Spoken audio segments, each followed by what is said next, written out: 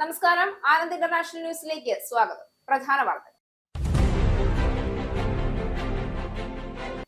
ബ്രിട്ടനിലെ തദ്ദേശ ഭരണ സ്ഥാപനങ്ങളിലേക്കുള്ള തിരഞ്ഞെടുപ്പ് ഇന്ന്. തിരഞ്ഞെടുപ്പ് ബ്രിട്ടീഷ് രാഷ്ട്രീയത്തിൽ നിർണായക മാറ്റങ്ങൾക്ക് വഴിതെളിച്ചേക്കുമെന്നും ലക്ഷക്കണക്കിന് വോട്ടർമാർ സമ്മതിദാനാവകാശം രേഖപ്പെടുത്തുമ്പോൾ അത് കീർ സ്റ്റാർമർ സർക്കാരിന്റെ വിലയിരുത്തലായി കൂടിയാകുമെന്നും പ്രതിപക്ഷ നേതാക്കൾ.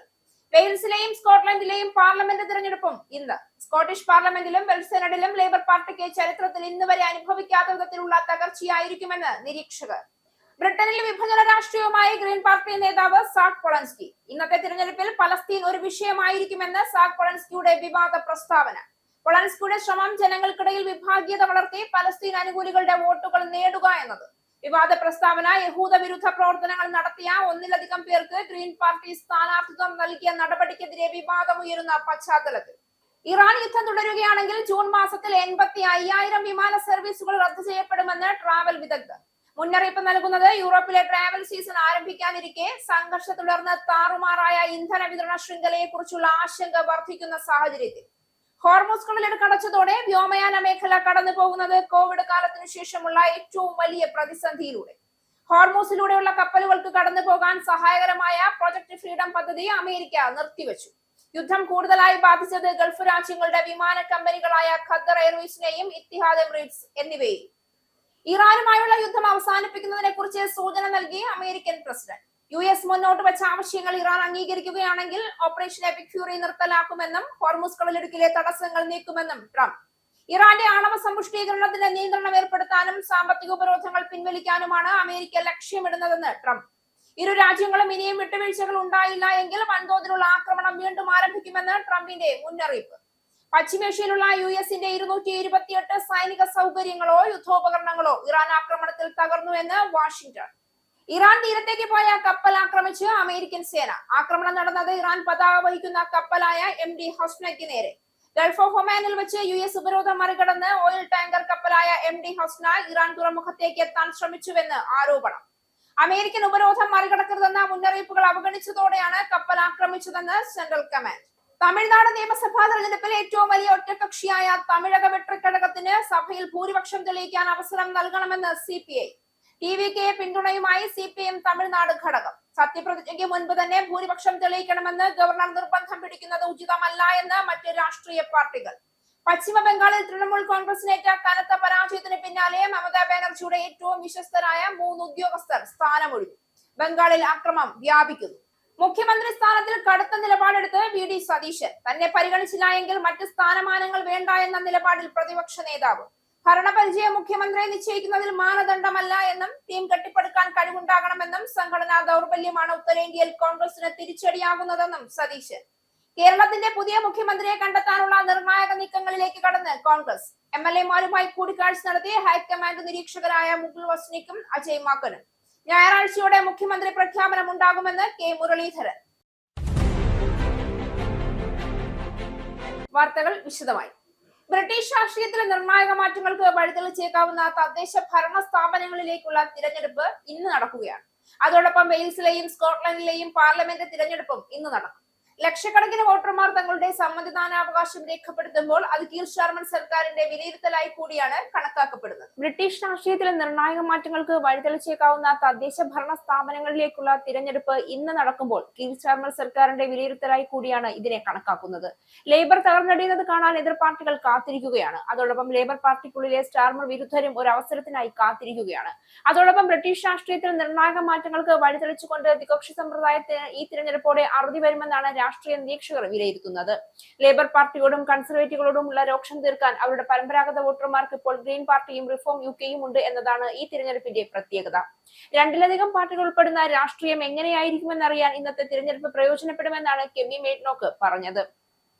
എന്നാൽ കൺസർവേറ്റീവ് പാർട്ടി ഉപേക്ഷിച്ച് ബദൽ വഴികൾ തേടുന്നവർ അത്തരമൊരു നീക്കം അപകടകരമായ ചൂതാട്ടമാകുമെന്നും മുന്നറിയിപ്പ് നൽകുന്നു. ഈ പുതിയ പാർട്ടിക്കോ ലേബർ പാർട്ടിക്കോ രാജ്യത്തിന്റെ ഭാവിയെക്കുറിച്ച് ഒരു പദ്ധതിയും ഇല്ല എന്നും അവർ കുറ്റപ്പെടുത്തി. ഏതായാലും ഈ തിരഞ്ഞെടുപ്പിലെ ഏറ്റവും വലിയ കൗതുകകരമായ കാര്യം കേവലം 2 വർഷം മുൻപ് മാത്രം വൻ ഭൂരിപക്ഷത്തോടെ അധികാരത്തിലേറിയ ലേബർ സർക്കാരിന്റെ ജനപ്രീതി വലിയ തോതിൽ തന്നെ ഇടിഞ്ഞിരിക്കുന്നു എന്നതാണ്. ഇംഗ്ലണ്ടിൽ 1500-ലധികം സിറ്റിംഗ് സീറ്റുകൾ ലേബർ പാർട്ടിക്ക് നഷ്ടപ്പെടുമെന്നാണ് വിവിധ അഭിപ്രായ സർവേകളിൽ പറഞ്ഞിട്ടുള്ളത്. മാത്രമല്ല സ്കോട്ട്ലൻഡിലും വെയിൽസിലും പാർട്ടി 3-ാം സ്ഥാനത്തായിരിക്കുമെന്നും അഭിപ്രായ സർവേകൾ പറഞ്ഞിട്ടുണ്ട്. റിഫോം UK ഈ തിരഞ്ഞെടുപ്പുകളിൽ തൂത്തുവാരുമെന്നാണ് ഇന്നലെ രാത്രി പാർട്ടി നേതാവ് നൈജൽ ഫരാജ് അവകാശപ്പെട്ടത്. ചുവപ്പ് കോട്ടകളിൽ പോലും ലേബർ പാർട്ടി തൂത്തെറിയപ്പെടുമെന്നും മെഴ്സിഡൈസ് സെയിന്റ് ഹെലൻസിലെ ഒരു പ്രചരണ പരിപാടിയിൽ സംസാരിക്കവേ അദ്ദേഹം പറഞ്ഞു. വടക്കൻ ഇംഗ്ലണ്ടിലും മിഡ്ലാൻഡ്സിലും ലേബറിന് അടിതെറ്റുമെന്നും കൺസർവേറ്റീവ് പാർട്ടി ഒരു ദേശീയ പാർട്ടി അല്ലാതെയാകുമെന്നും അദ്ദേഹം കൂട്ടിച്ചേർത്തു. ഇന്നത്തെ തിരഞ്ഞെടുപ്പിൽ പലസ്തീൻ ഒരു വിഷയമായിരിക്കുമെന്ന് ഗ്രീൻ പാർട്ടി നേതാവ് സാക് പൊളൻസ്കി. അവസാന നിമിഷം ജനങ്ങൾക്കിടയിൽ വിഭാഗീയത വളർത്തി ജയിക്കുക എന്ന ലക്ഷ്യം വെച്ചാണ് ഈ പ്രസ്താവന എന്ന് അദ്ദേഹത്തിന്റെ പ്രതിയോഗികൾ ആരോപിക്കുന്നു. പലസ്തീൻ അനുകൂലികളുടെ വോട്ടുകൾ നേടാനുള്ള ഒരു ശ്രമമായിട്ടാണ് ഇതിനെ രാഷ്ട്രീയ നിരീക്ഷകർ വിലയിരുത്തുന്നത്. BBC-യുടെ ഒരു പരിപാടിയിൽ പങ്കെടുക്കവെയാണ് അദ്ദേഹം ഇത്തരത്തിലുള്ള ഒരു പ്രസ്താവന നടത്തിയത്. ഇന്നത്തെ തിരഞ്ഞെടുപ്പിൽ പലസ്തീൻ ഒരു വിഷയമായിരിക്കുമെന്ന് പറഞ്ഞ ഗ്രീൻ പാർട്ടി നേതാവ് സാക് പൊളൻസ്കി മാലിന്യ ശേഖരണം, സ്കൂൾ നിലവാരം, ആശുപത്രികളുടെ നിലവാരം, റോഡുകളുടെ സ്ഥിതി എന്നിവയൊക്കെ ആയിരിക്കും സാധാരണയായി തദ്ദേശ തെരഞ്ഞെടുപ്പുകളിൽ പ്രധാന ചർച്ചാ വിഷയമെന്ന് അവതാരകൻ ഓർമ്മിപ്പിച്ചപ്പോഴും ഇത്തവണ പലസ്തീനും തിരഞ്ഞെടുപ്പിൽ ഒരു ചർച്ചാ വിഷയമാകുമെന്ന് ഉറപ്പിച്ചു പറഞ്ഞു. ഇക്കാര്യത്തിൽ കൂടുതൽ ചർച്ചകൾക്ക് അവതാരകൻ തുനിഞ്ഞപ്പോൾ ജനങ്ങൾ തദ്ദേശ സേവനങ്ങളുടെ നിലവാരത്തെക്കുറിച്ച് ശക്തമായി തന്നെ ചിന്തിക്കുമ്പോൾ ഗാസയിൽ നടക്കുന്ന വംശഹത്യയെക്കുറിച്ചും അവർ ആശങ്കപ്പെടുന്നുണ്ടെന്നായിരുന്നു അദ്ദേഹത്തിന്റെ മറുപടി. യഹൂദവിരുദ്ധ പ്രവർത്തനങ്ങൾ നടത്തിയ ഒന്നിലധികം പേർക്ക് സ്ഥാനാർത്ഥിത്വം നൽകിയ ഗ്രീൻ പാർട്ടിയുടെ നടപടിക്കെതിരെ വിവാദമുയരുന്ന പശ്ചാത്തലത്തിൽ പക്ഷേ പൊളൻസ്കി പറയുന്നത് പലസ്തീൻ പ്രശ്നം ചർച്ചയാക്കുന്നത് സമൂഹത്തിൽ വിവിധ വിഭാഗങ്ങളിൽപ്പെട്ടവർ തമ്മിലുള്ള സഹവർത്തിത്വം പ്രോത്സാഹിപ്പിക്കുമെന്നാണ്. യഹൂദ വിഭാഗത്തിൽപ്പെട്ടവർ ബ്രിട്ടനിൽ അതിയായ സുരക്ഷാ ഭീഷണി നേരിടുന്ന ഒരു സാഹചര്യത്തിലാണ് ഈ പ്രസ്താവന എന്നതുകൂടി ശ്രദ്ധേയമാവുകയാണ്. സ്കോട്ടിഷ് പാർലമെന്റിലും വെൽഷ് സെനറ്റിലും ചരിത്രത്തിൽ ഇന്ന് വരെ അനുഭവിക്കാത്ത വിധത്തിലുള്ള തകർച്ചയായിരിക്കും ലേബർ പാർട്ടിക്ക് നേരിടേണ്ടതായി വരിക എന്ന് റിപ്പോർട്ട്. തിരഞ്ഞെടുപ്പിന് തലേന്ന്, അതായത് ഇന്നലെ നടത്തിയ അഭിപ്രായ സർവേയിൽ സ്കോട്ടിഷ് പാർലമെന്റായ ഹോളിറൂഡിൽ SNP തന്നെ നിയന്ത്രണം ഏറ്റെടുക്കുമെന്നാണ് പറയുന്നത്. വെയിൽസിൽ പ്രാദേശിക പാർട്ടിയായ പ്ലേഡ് കിംറോ തൂത്തുവാരുമെന്നും പറയുന്നു. തിരഞ്ഞെടുപ്പിൽ ലേബർ പാർട്ടിക്ക് കനത്ത തിരിച്ചടി എന്ന വിലയിരുത്തൽ പുറത്തു വരുമ്പോൾ ഈ രണ്ട് പാർലമെന്റുകളിലും ഏറ്റവും വലിയ പ്രതിപക്ഷ പാർട്ടി റിഫോം UK ആയിരിക്കുമെന്നും യുഗവും നടത്തിയ MRP അനലിസ്റ്റ് വ്യക്തമാക്കുന്നു. ഈ രണ്ടിടങ്ങളിലും നിലവിൽ റിഫോം UKക്ക് സീറ്റുകൾ ഒന്നും തന്നെ ഇല്ല എന്നതാണ് ഏറെ കൗതുകകരം. സ്കോട്ട്ലൻഡ്സിൽ ലേബർ പാർട്ടിയും കൺസർവേറ്റീവും വൻ തകർച്ചയായിരിക്കും അഭിമുഖീകരിക്കുക. യഥാക്രമം 17 സീറ്റുകളും 7 സീറ്റുകളുമാണ് അഭിപ്രായ സർവേകൾ ഇവർക്ക് നൽകിയിരിക്കുന്നത്. സർ കീർ സ്റ്റാർമർ പ്രധാനമന്ത്രി പദം ഒഴിയണമെന്ന് ആദ്യം ആവശ്യമുന്നയിച്ചത് സ്കോട്ടിഷ് ലേബർ നേതാവായ അനാ സർവാർ ആണെന്നും ഇത്തരത്തിൽ ഓർക്കേണ്ടതുണ്ട്. GP സമൂഹത്തിന് തന്നെ ലജ്ജാകരമായ രീതിയിൽ NHS ഇംഗ്ലണ്ടിനെ GP-മാരെ കുറിച്ചുള്ള 1,34,000 രേഖാമൂലമുള്ള പരാതികൾ ലഭിച്ചതായി റിപ്പോർട്ട്. ആശയവിനിമയത്തിലെ പ്രശ്നങ്ങൾ, ജീവനക്കാരുടെ മനോഭാവം, ചികിത്സാ പിഴവുകൾ എന്നിവയാണ് പരാതികളിൽ പ്രധാനമായും ഉള്ളത്. GP-മാർ നൽകുന്ന സേവനത്തിൽ റെക്കോർഡ് എണ്ണം രോഗികൾ സംതൃപ്തരല്ല എന്നാണ് ഇത് കാണിക്കുന്നത്. 2023-24 കാലഘട്ടത്തിനു ശേഷം 10% വർധനമാണ് ഇക്കാര്യത്തിൽ ഉണ്ടായിട്ടുള്ളത്. NHS ഇംഗ്ലണ്ടിലെ GP-മാരെ കുറിച്ച് 1,34,000 രേഖാമൂലമുള്ള പരാതികൾ ലഭിച്ചതായി റിപ്പോർട്ട്. ആശയവിനിമയത്തിലെ പ്രശ്നങ്ങൾ, ജീവനക്കാരുടെ മനോഭാവം, ചികിത്സാ പിഴവുകൾ എന്നിവയാണ് പരാതികളിൽ പ്രധാനമായും ഉള്ളത്. അടുത്തിടെ നടന്ന ഒരു സർവേയിൽ NHS നിയമങ്ങൾക്ക് വിരുദ്ധമായി പ്രായമേറിയ രോഗികളെ ഓൺലൈൻ അപ്പോയിന്റ്മെന്റ് ബുക്കിംഗിന് GP-മാർ നിർബന്ധിതരാക്കുന്നു എന്ന് കണ്ടെത്തിയിരുന്നു. ഏതൊരു GP-യും ഒന്നിലധികം അപ്പോയിന്റ്മെന്റ് ബുക്കിംഗ് രീതികൾ ലഭ്യമാക്കണമെന്നാണ് NHS അനുശാസിക്കുന്നത്. NHS ഡിജിറ്റൽ പ്രസിദ്ധീകരിച്ച ഡേറ്റയിൽ പറയുന്നത് 2024-2025 കാലയളവിൽ 1,34,501 പരാതികൾ GP-മാർക്കെതിരെ ഉന്നയിക്കപ്പെട്ടിട്ടുണ്ടെന്നാണ്. NHS-ന് ലഭിക്കുന്ന മൊത്തം പരാതികളിൽ പകുതിയിലധികം വരും ഇത്. ഈ പരാതികളിൽ 6-1 ചികിത്സാ കാലതാമസം, ചികിത്സാ പിഴവ്, രോഗം കണ്ടെത്തുന്നതിൽ വന്ന പിഴവ് തുടങ്ങിയവയുമായി ബന്ധപ്പെട്ടവയാണെങ്കിൽ 10-1 ജീവനക്കാരുടെ മനോഭാവത്തെയും അവരുടെ പെരുമാറ്റ രീതികളെയും ആശയവിനിമയത്തിലെ പിഴവുകളെയും പറ്റിയാണ്. 2016 പരാതികളുടെ ഡേറ്റ ശേഖരിക്കാൻ തുടങ്ങിയപ്പോൾ 85,732 പരാതികളായിരുന്നു GP-മാർക്കെതിരെ ലഭിച്ചത്. അതായത് ഒരു പതിറ്റാണ്ടിനുള്ളിൽ GP-മാർക്കെതിരെയുള്ള പരാതികളിൽ 57% വർധനവുണ്ടായി എന്ന് അർത്ഥം. ഇറാൻ യുദ്ധം തുടരുകയാണെങ്കിൽ ജൂൺ മാസത്തിൽ ഏകദേശം 85,000 വിമാന സർവീസുകൾ റദ്ദു ചെയ്യപ്പെടുമെന്ന് ട്രാവൽ വിദഗ്ധർ മുന്നറിയിപ്പ് നൽകുന്നു. യൂറോപ്പിലെ ട്രാവൽ സീസൺ ആരംഭിക്കാനിരിക്കെ മധ്യപൂർവേഷ്യയിലെ സംഘർഷത്തെ തുടർന്ന് താറുമാറായ ഇന്ധന വിതരണ ശൃംഖലയെ കുറിച്ചുള്ള ആശങ്ക വർദ്ധിച്ചു വരികയാണ്. ലോക എണ്ണ വിപണിയിലേക്ക് ഇന്ധനം എത്തിക്കുന്ന സുപ്രധാന പാതകളിൽ ഒന്നായ ഹോർമൂസ് കടലിൽ കടച്ചതോടെ കോവിഡ് കാലത്തിനു ശേഷമുള്ള ഏറ്റവും വലിയ പ്രതിസന്ധിയിലൂടെയാണ് ഇപ്പോൾ വ്യോമയാന മേഖല കടന്നുപോകുന്നത്. യൂറോപ്പിലെ ട്രാവൽ സീസൺ ആരംഭിക്കാനിരിക്കെ മധ്യപൂർവേഷ്യയിലെ സംഘർഷത്തെ തുടർന്ന് താറുമാറായ ഇന്ധന വിതരണ ശൃംഖലയെ കുറിച്ചുള്ള ആശങ്ക വർദ്ധിക്കുന്നു. ഇറാൻ യുദ്ധം തുടരുകയാണെങ്കിൽ ജൂൺ മാസത്തിൽ ഏകദേശം 85,000 വിമാന സർവീസുകൾ റദ്ദു ചെയ്യപ്പെടുമെന്ന് ട്രാവൽ വിദഗ്ധർ മുന്നറിയിപ്പ് നൽകി. അതിനിടയിൽ ഹോർമൂസ് കടലിടുക്കിലൂടെ കപ്പലുകൾക്ക് കടന്നുപോകാൻ സഹായകരമായ പ്രൊജക്ട് ഫ്രീഡം അമേരിക്ക നിർത്തിവെച്ചു. കടലിടുക്ക് തുറക്കുന്നതിനും യുദ്ധം അവസാനിപ്പിക്കുന്നതിനും ഇറാനുമായി ഒരു കരാറിലെത്താൻ കഴിയുമെന്നാണ് അമേരിക്ക ഇപ്പോൾ വിശ്വസിക്കുന്നത്. കരാറിന്റെ ഭാഗമായി ഇറാൻ യുറേനിയം സംസ്കരണം നിർത്തിവെക്കാനും ഇറാന്റെ മരവിപ്പിച്ച ഫണ്ടുകൾ അമേരിക്ക തിരികെ നൽകാനും ഇടയുണ്ട് എന്നും ചില പാശ്ചാത്യ മാധ്യമങ്ങൾ റിപ്പോർട്ട് ചെയ്യുന്നു. യുദ്ധം ആരംഭിച്ച് 67 ദിവസങ്ങൾക്കിപ്പുറം അമേരിക്ക ഇറാന്റെ പ്രതികരണത്തിനായി കാത്തിരിക്കുകയാണ് എന്നും റിപ്പോർട്ടുകളുണ്ട്. കഴിഞ്ഞ രണ്ടാഴ്ചകളിലായി വിമാന കമ്പനികൾ മെയ് മാസത്തിലെ ഷെഡ്യൂളുകളിൽ നിന്നും നിരവധി വിമാന സർവീസുകൾ റദ്ദാക്കിയിരുന്നു. 20 ലക്ഷത്തോളം സീറ്റുകളാണ് റദ്ദാക്കപ്പെട്ടിരിക്കുന്നത്. വ്യോമപാതകൾ അടച്ചിടുകയും വിമാനത്താവളങ്ങളിലെ പ്രവർത്തനങ്ങൾ തടസ്സപ്പെടുകയും ചെയ്തതിനാൽ ഗൾഫ് രാജ്യങ്ങളുടെ വിമാന കമ്പനികളായ ഖത്തർ എയർവേസ്, ഇത്തിഹാദ് എന്നിവയാണ് കൂടുതൽ യുദ്ധം ബാധിച്ചിരിക്കുന്നത്. ഇന്ധന വിതരണം തുടർന്ന് തടസ്സപ്പെടുകയാണെങ്കിൽ ഇനിയും 10%, അതായത് 85,000 വിമാന സർവീസുകൾ കൂടി റദ്ദാക്കേണ്ടി വരുമെന്നാണ് ഈ മേഖലയിലെ വിദഗ്ധർ പറയുന്നത്.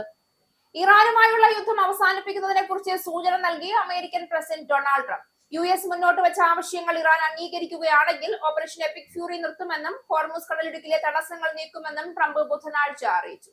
ട്രൂത്ത് സോഷ്യലിൽ പങ്കുവച്ച പോസ്റ്റിലൂടെയാണ് ട്രംപിന്റെ പ്രസ്താവന. ഇറാനുമായുള്ള യുദ്ധം അവസാനിപ്പിക്കുന്നതിനെ കുറിച്ച് സൂചന നൽകിയ അമേരിക്കൻ പ്രസിഡന്റ് ഡൊണാൾഡ് ട്രംപ് നിലവിൽ ഇരു രാജ്യങ്ങളും തമ്മിൽ ഒരു കരാറിന് ഏകദേശം ധാരണയായിട്ടുണ്ടെങ്കിലും ഇനിയും വിട്ടുവീഴ്ചകൾ ഉണ്ടായില്ല എങ്കിൽ വൻതോതിലുള്ള ആക്രമണം വീണ്ടും ആരംഭിക്കുമെന്നും മുന്നറിയിപ്പ് നൽകി. ഈ കരാറിന്റെ ഭാഗമായി ഇറാന്റെ ആണവ സമ്പുഷ്ടീകരണത്തിന് നിയന്ത്രണം ഏർപ്പെടുത്താനും പകരം അമേരിക്ക അവർക്കെതിരെയുള്ള സാമ്പത്തിക ഉപരോധങ്ങൾ പിൻവലിക്കാനുമാണ് ലക്ഷ്യമിടുന്നത്. ലോക സമാധാനത്തെയും അന്താരാഷ്ട്ര വ്യാപാരത്തെയും ബാധിക്കുന്ന സുപ്രധാനമായ നയതന്ത്ര നീക്കത്തിനാണ് ട്രംപിന്റെ പ്രസ്താവന പുത്തൻ ഉണർവ് നൽകിയിരിക്കുന്നത്. ഇതോടെ US ഇറാൻ യുദ്ധം അവസാനിക്കുമെന്ന പ്രതീക്ഷയിലാണ് ലോകരാഷ്ട്രങ്ങൾ. സമ്മതിച്ച കാര്യങ്ങൾ നടപ്പിലാക്കാൻ ഇറാൻ തയ്യാറാകുമെന്ന് കരുതുന്നു. ഒരുപക്ഷെ അതൊരു വലിയ തീരുമാനമായിരിക്കാം. അങ്ങനെയാണെങ്കിൽ ഐതിഹാസികമായ എപ്പിക് ഫ്യൂറി അവസാനിക്കും. കൂടാതെ ഉപരോധം നീങ്ങുന്നതോടെ ഹോർമോസ് കടലിടുക്ക് ഇറാൻ ഉൾപ്പെടെ എല്ലാവർക്കും തുറന്നു കൊടുക്കാൻ സാധിക്കും. അവർ സമ്മതിച്ചില്ലെങ്കിൽ ബോംബാക്രമണം ആരംഭിക്കും. അത് മുൻപത്തേക്കാൾ തീവ്രതയിലായിരിക്കും. ഈ കാര്യത്തിൽ നിങ്ങളുടെ ശ്രദ്ധയ്ക്ക് നന്ദി, പ്രസിഡന്റ് ഡൊണാൾഡ് ജെ ട്രംപ് എന്ന് അദ്ദേഹം ട്രൂത്ത് സോഷ്യലിൽ കുറിച്ചു. ഇറാൻ തീരത്തേക്ക് പോയ കപ്പൽ ആക്രമിച്ച് അമേരിക്കൻ സേന. ഇറാൻ പതാക വഹിക്കുന്ന കപ്പലായ MD ഹസ്നയ്ക്ക് നേരെയാണ് അമേരിക്കൻ സേനയുടെ ആക്രമണം നടന്നത്. കപ്പൽ നാവിക ഉപരോധം മറികടക്കാൻ ശ്രമിച്ചെന്ന് സെൻട്രൽ കമാൻഡ് വാദിക്കുന്നു. ഓയിൽ ടാങ്കർ കപ്പലായി MD ഹസ്ന ഗൾഫ് ഓഫ് ഒമാനിൽ വെച്ച് US ഉപരോധം മറികടന്ന് ഇറാൻ തുറമുഖത്തേക്ക് എത്താൻ ശ്രമിച്ചുവെന്നാണ് ആരോപണം. അമേരിക്കൻ ഉപരോധം മറികടക്കരുതെന്ന് നിരവധി മുന്നറിയിപ്പുകൾ നൽകിയെങ്കിലും പാലിക്കാതെ വന്നതോടെയാണ് ആക്രമിച്ചതെന്നാണ് സെൻട്രൽ കമാൻഡ് വിശദമാക്കുന്നത്. ഇറാൻ തീരത്തേക്ക് പോയ കപ്പൽ അമേരിക്കൻ സേന ആക്രമിച്ചു. കപ്പൽ നാവിക ഉപരോധം മറികടക്കാൻ ശ്രമിച്ചെന്ന് സെൻട്രൽ കമാൻഡ് വാദിക്കുന്നത്. ഓയിൽ ടാങ്കർ കപ്പലായി MD ഹസ്ന ഗൾഫ് ഓഫ് ഒമാനിൽ വെച്ച് US ഉപരോധം മറികടന്ന് ഇറാൻ തുറമുഖത്തേക്ക് എത്താൻ ശ്രമിച്ചുവെന്നാണ് ആരോപണം. ഇതിന് പിന്നാലെ USS എബ്രഹാം ലിങ്കണിൽ നിന്ന് അമേരിക്കൻ നാവികസേനയും FA-18 സൂപ്പർ ഹോണറ്റ് ഇറാനിയൻ കപ്പലിന് നേരെ പ്രയോഗിച്ചു. നിരവധി 20 മില്ലിമീറ്റർ നീളമുള്ള തിരകൾ ഉപയോഗിച്ചുവെന്നാണ് സെൻട്രൽ കമാൻഡ് വിശദമാക്കുന്നത്. നിലവിൽ ഈ കപ്പൽ ഇറാൻ തുറമുഖത്തേക്ക് നീങ്ങുന്നില്ല എന്നാണ് അമേരിക്ക വിശദമാക്കുന്നത്. പശ്ചിമേഷ്യയിൽ വർദ്ധിച്ചു വരുന്ന സംഘർഷങ്ങൾക്കിടയിൽ ബുധനാഴ്ചയാണ് ഈ നാടകീയ സംഭവം അരങ്ങേറിയതെന്നാണ് US നേവി വിശദമാക്കുന്നത്. കപ്പലിന്റെ എഞ്ചിൻ ഭാഗം ലക്ഷ്യം വെച്ചാണ് അമേരിക്കൻ സൈന്യം വെടിയുതിർത്തത്. ഇതിനെ തുടർന്ന് MD ഹസ്ന കപ്പൽ പ്രവർത്തിപ്പിക്കാൻ കഴിയാത്ത വിധം പ്രവർത്തനരഹിതമായി. എന്നാൽ കപ്പലിലുണ്ടായിരുന്ന ആർക്കെങ്കിലും പരിക്കേറ്റതായോ അല്ലെങ്കിൽ കപ്പലിൽ നിന്ന് എണ്ണ ചോർച്ച ഉണ്ടായതായോ നിലവിൽ റിപ്പോർട്ടുകളില്ല. അമേരിക്കൻ കോസ്റ്റ് ഗാർഡും നേവിയും സംയുക്തമായാണ് ഈ ദൗത്യം നിർവഹിച്ചത്. അമേരിക്കയും ഇറാനും തമ്മിലുള്ള നയതന്ത്ര ബന്ധം അതിരൂക്ഷമായ സാഹചര്യത്തിലാണ് ഈ നീക്കം. ഇറാന്റെ വരുമാന മാർഗങ്ങൾ തടയുന്നതിനും ആയുധക്കടത്ത് തടയുന്നതിനുമായി അമേരിക്കൻ നാവികസേന മേഖലയിൽ കർശനമായ ഉപരോധം ഏർപ്പെടുത്തിയിട്ടുണ്ട്. ഈ നിയമങ്ങൾ ലംഘിക്കുന്ന ഏത് കപ്പലിന് നേരെയും കർശന നടപടി ഉണ്ടാകുമെന്ന് അമേരിക്ക നേരത്തെ മുന്നറിയിപ്പ് നൽകിയിരുന്നു. തങ്ങളുടെ കപ്പലിന് നേരെ നടന്നത് നിയമവിരുദ്ധമായ ആക്രമണമാണെന്നും ഇതിനെ കടൽക്കൊള്ളയായി കണക്കാക്കുമെന്നുമാണ് ഇറാന്റെ പ്രാഥമിക പ്രതികരണം. അന്താരാഷ്ട്ര സമുദ്ര നിയമങ്ങളുടെ ലംഘനമാണ് അമേരിക്ക നടത്തിയതെന്നും ഇതിന് തക്കതായ മറുപടി നൽകുമെന്നുമാണ് ഇറാൻ ഭരണകൂടം വിശദമാക്കുന്നത്. യുദ്ധം തുടങ്ങിയതിനു ശേഷം പുറത്തു വന്നിട്ടുള്ള ഉപഗ്രഹ ചിത്രങ്ങൾ വിശകലനം ചെയ്തതിൽ നിന്ന് പശ്ചിമേഷ്യയിലുള്ള US-ന്റെ 228 സൈനിക സൗകര്യങ്ങളോ യുദ്ധോപകരണങ്ങളോ ഇറാൻ ആക്രമണങ്ങളിൽ തകർന്നുവെന്ന് വാഷിംഗ്ടൺ പോസ്റ്റ് റിപ്പോർട്ട് ചെയ്തു. ഹാങ്ങറുകൾ, ബാരക്കുകൾ, ഇന്ധന ഡിപ്പോസ്, യുദ്ധവിമാനങ്ങൾ, റഡാർ സംവിധാനങ്ങൾ, ആശയവിനിമയ സംവിധാനങ്ങൾ, വ്യോമ പ്രതിരോധ സംവിധാനങ്ങൾ എന്നിവ അടക്കമുള്ളവയാണ് തകർന്നത്. ഔദ്യോഗികമായി സ്ഥിരീകരിച്ചിട്ടുള്ളതിലും വലുതാണ് യുദ്ധത്തിൽ US-നുണ്ടായ നഷ്ടമെന്നും പോസ്റ്റ് റിപ്പോർട്ട് ചെയ്തു. ഇറാൻ യുദ്ധം തുടങ്ങിയതിനു പിന്നാലെ പശ്ചിമേഷ്യയിൽ നിന്നുള്ള ഉപഗ്രഹ ചിത്രങ്ങൾ പുറത്തുവിടുന്നതിന് US നിയന്ത്രണം ഏർപ്പെടുത്തിയിരുന്നു. ഇറാൻ വാർത്താ ഏജൻസികൾ പുറത്തുവിട്ട ഉപഗ്രഹ ചിത്രങ്ങളെ യൂറോപ്യൻ യൂണിയന്റെ ഉപഗ്രഹ സംവിധാനമായ കോപ്പർനിക്കസ് പുറത്തുവിട്ട ഉപഗ്രഹ ചിത്രങ്ങളുമായി താരതമ്യം ചെയ്ത് ആധികാരികത ഉറപ്പുവരുത്തിയ ശേഷം നടത്തിയ വിശകലനമാണ് പോസ്റ്റ് പുറത്തുവിട്ടത്. ഇത് പ്രകാരം മേഖലയിലെ 15 സൈനിക താവളങ്ങളിലായി 215 കെട്ടിടങ്ങൾക്കും 11 യുദ്ധോപകരണങ്ങൾക്കും കേടുപറ്റുകയോ തകരുകയോ ചെയ്തു. ഇറാൻ ആക്രമണങ്ങൾ കൃത്യതയുള്ളതായിരുന്നുവെന്നും വ്യോമ പ്രതിരോധ സംവിധാനങ്ങൾ തടസ്സപ്പെടുത്താത്ത ആക്രമണങ്ങളെല്ലാം ലക്ഷ്യസ്ഥാനം കണ്ടുവെന്നും ചിത്രങ്ങൾ സൂചിപ്പിക്കുന്നു.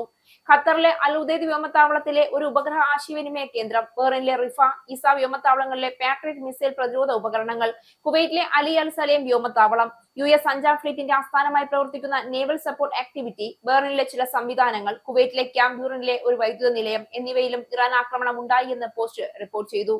ഇനി പൗണ്ട് യൂറോ ഡോളർ രൂപ ഇന്നത്തെ വിനിമയ നിരക്ക്. ഒരു പൗണ്ട് 128.48 ഇന്ത്യൻ രൂപ. ഒരു പൗണ്ട് 1.16 യൂറോ. ഒരു US ഡോളർ 94.38 ഇന്ത്യൻ രൂപ. ഒരു യൂറോ 111 ഇന്ത്യൻ രൂപ.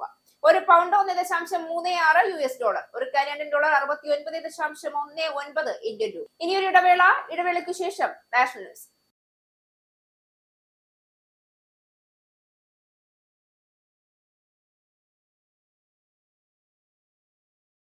നമസ്കാരം, നാഷണൽ ന്യൂസിലേക്ക് സ്വാഗതം. തമിഴ്നാട് നിയമസഭാ തെരഞ്ഞെടുപ്പിൽ ഏറ്റവും വലിയ ഒറ്റകക്ഷിയായ തമിഴക വെട്രിക്കഴകത്തിന് നിയമസഭയിൽ ഭൂരിപക്ഷം തെളിയിക്കാൻ അവസരം നൽകണമെന്ന് CPI തമിഴ്നാട് സംസ്ഥാന സെക്രട്ടറി M വീരപാണ്ഡ്യൻ. CPI നിലപാട് വ്യക്തമാക്കിക്കൊണ്ടുള്ള വാർത്താക്കുറിപ്പിലാണ് അദ്ദേഹം നിലപാട് അറിയിച്ചത്.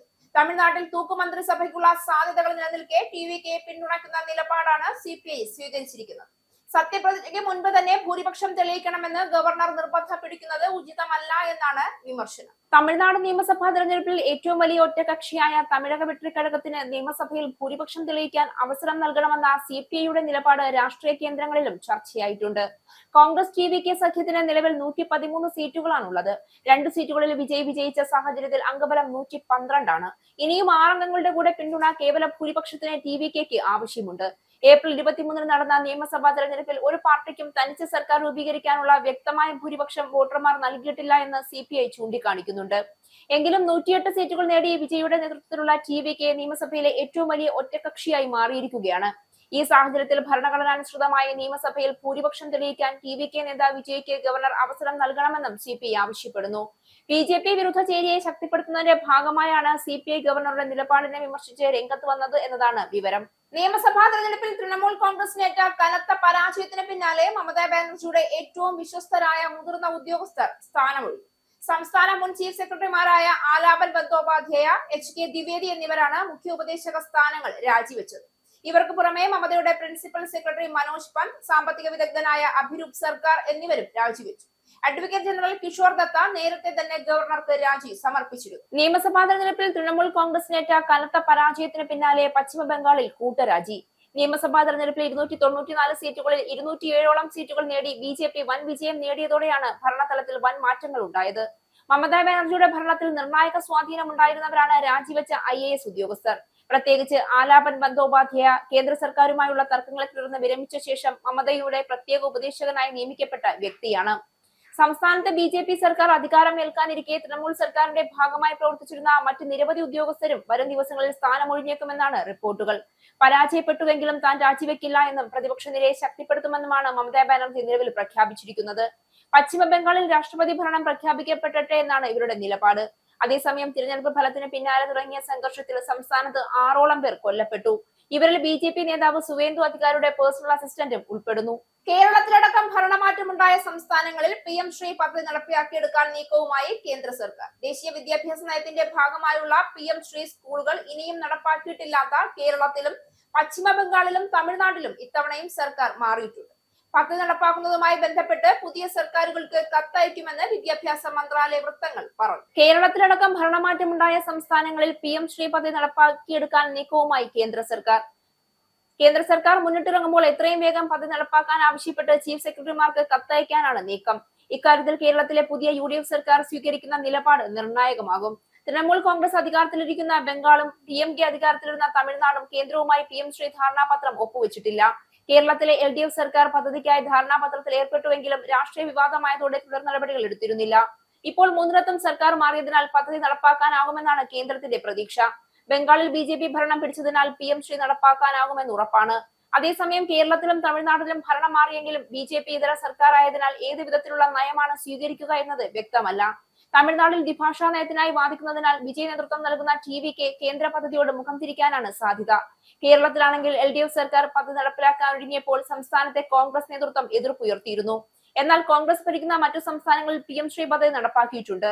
മാത്രമല്ല കഴിഞ്ഞ സർക്കാർ ധാരണാപത്രത്തിൽ ഒപ്പുവെച്ചിട്ടുള്ളതിനാൽ തുടർ നടപടി സ്വീകരിക്കേണ്ടിയും വന്നേക്കും. അതിനാൽ പുതിയ സർക്കാർ എന്തു നയം കൈക്കൊള്ളുമെന്നത് പ്രധാനമാകും.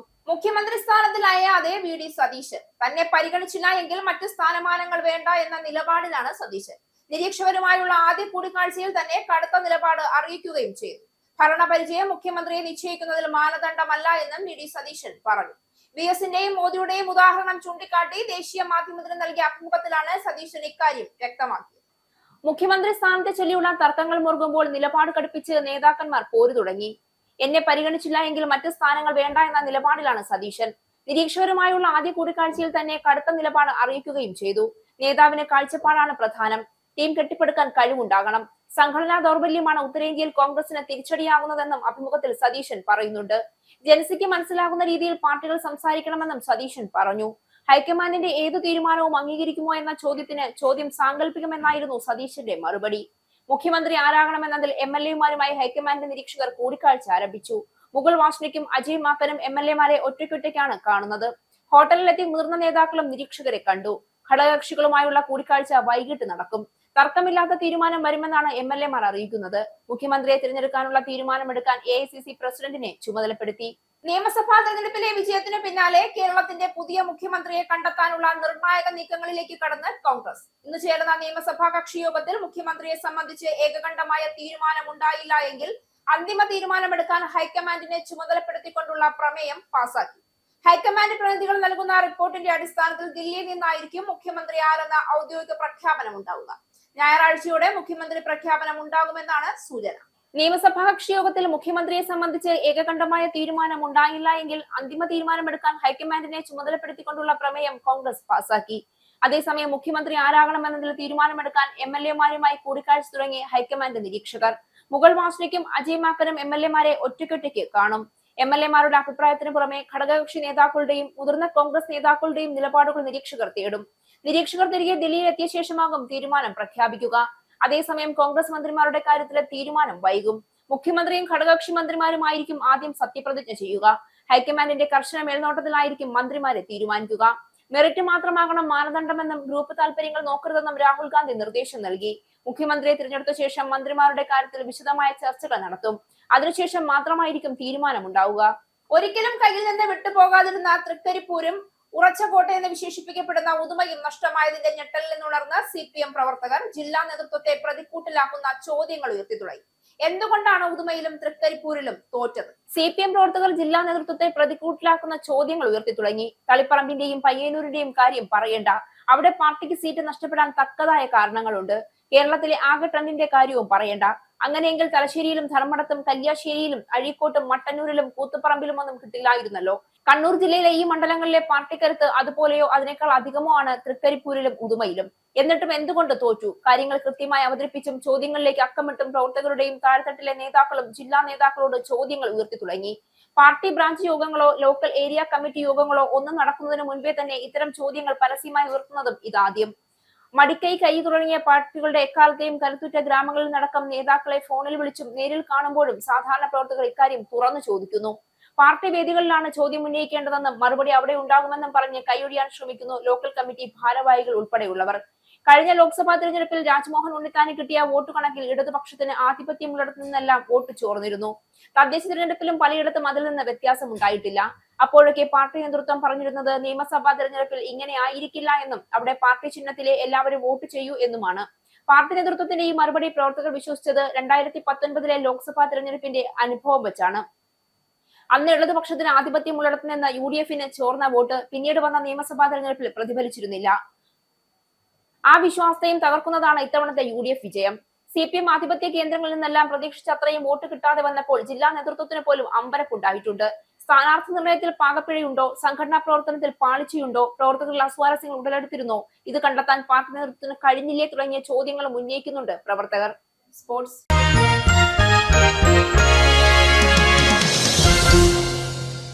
ഇന്ത്യൻ പ്രീമിയർ ലീഗിൽ ലക്നൌ സൂപ്പർ ജയൻസ് ഇന്ന് റോയൽ ചലഞ്ചേഴ്സ് ബാംഗ്ലൂരുവിനെ നേരിടും. ലക്നൌവിൽ വൈകിട്ട് 7:30-ക്കാണ് കളി തുടങ്ങുക. IPL-ൽ തൊട്ടതെല്ലാം പിഴയ്ക്കുന്ന ലക്നൌ സൂപ്പർ ജയൻസ് ജയമെന്തെന്ന് അറിഞ്ഞിട്ട് നാളുകൾ ഏറെയായി.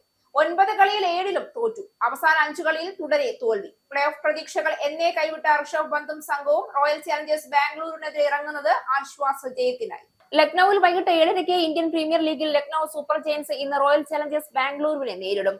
നിലവിലെ ചാമ്പ്യന്മാരായ RCB പോയിന്റ് പട്ടികയിലെ 2ാം സ്ഥാനക്കാർ.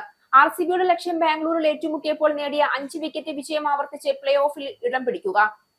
വിരാട് കോഹ്ലി നയിക്കുന്ന ബാറ്റിംഗ് നിരയാണ് കരുത്ത്. ദേവദത്ത് പടിക്കലും നായകൻ രജത് പത്തിദാറും ടീം ഡേവിഡും അതിവേഗം റണ്ണടിക്കുന്നവർ. ജോഷ് ഹേസ്വുഡ്, ഭുവനേശ്വർ കുമാർ, കൃണാൽ പാണ്ഡ്യ, സുയാഷ് ശർമ്മ എന്നിവരുൾപ്പെടെ ബൌളിംഗ് നിരയും ശക്തം. Mitchell Marsh, Rishabh Pant, Nicholas Pooran, എയ്ഡൽ മർക്രം വമ്പൻ താരങ്ങളുണ്ടെങ്കിലും ടീം എന്ന നിലയിലേക്ക് ഉയരാനാവുന്നില്ല ലക്നൌവിന്. ഒറ്റയാൾ പോരാട്ടങ്ങൾക്ക് ടീമിലെ വിജയവഴിയിൽ എത്തിക്കാനുമാകുന്നില്ല. സീസണിൽ നന്നായി തുടങ്ങിയെങ്കിലും മുഹമ്മദ് ഷമിയുടെ ബൌളിംഗ് മൂർച്ച നഷ്ടമായത് LSGക്ക് തിരിച്ചടിയായി. പ്രതീക്ഷ പ്രിൻസ് യാദവിന്റെയും മോസിൻ ഖാന്റെയും പന്തുകളിൽ. ഇരു ടീമും ഏറ്റുമുട്ടിയത് 7 കളിയിൽ.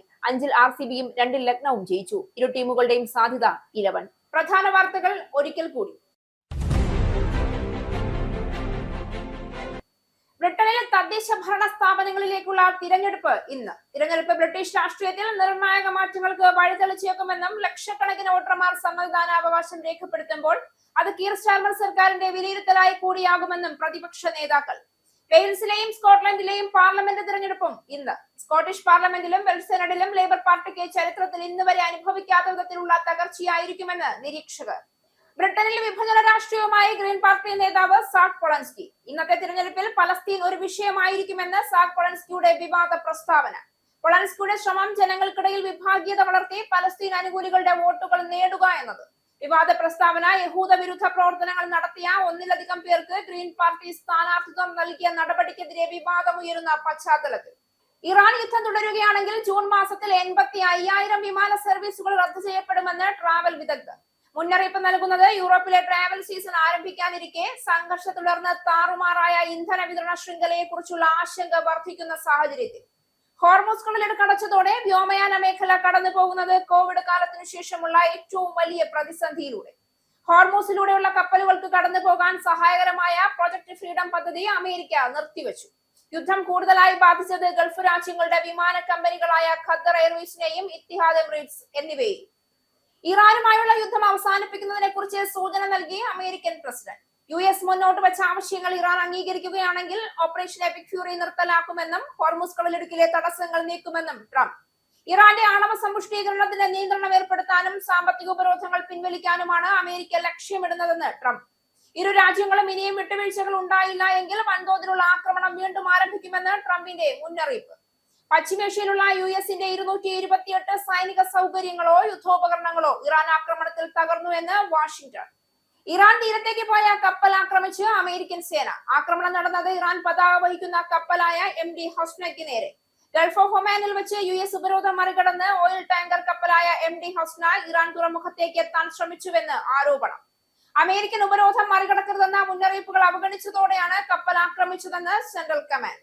തമിഴ്നാട് നിയമസഭാ തെരഞ്ഞെടുപ്പിൽ ഏറ്റവും വലിയ ഒറ്റകക്ഷിയായ തമിഴക വെട്രിക്കഴകത്തിന് സഭയിൽ ഭൂരിപക്ഷം തെളിയിക്കാൻ അവസരം നൽകണമെന്ന് CPI. TVKയെ പിന്തുണയുമായി CPM തമിഴ്നാട് ഘടകം. സത്യപ്രതിജ്ഞയ്ക്ക് മുൻപ് തന്നെ ഭൂരിപക്ഷം തെളിയിക്കണമെന്ന് ഗവർണർ നിർബന്ധം പിടിക്കുന്നത് ഉചിതമല്ല എന്ന് മറ്റ് രാഷ്ട്രീയ പാർട്ടികൾ. പശ്ചിമ ബംഗാളിൽ തൃണമൂൽ കോൺഗ്രസിനേറ്റ കനത്ത പരാജയത്തിന് പിന്നാലെ മമതാ ബാനർജിയുടെ ഏറ്റവും വിശ്വസ്തരായ 3 ഉദ്യോഗസ്ഥർ സ്ഥാനമൊഴിഞ്ഞു. ബംഗാളിൽ അക്രമം വ്യാപിക്കുന്നു.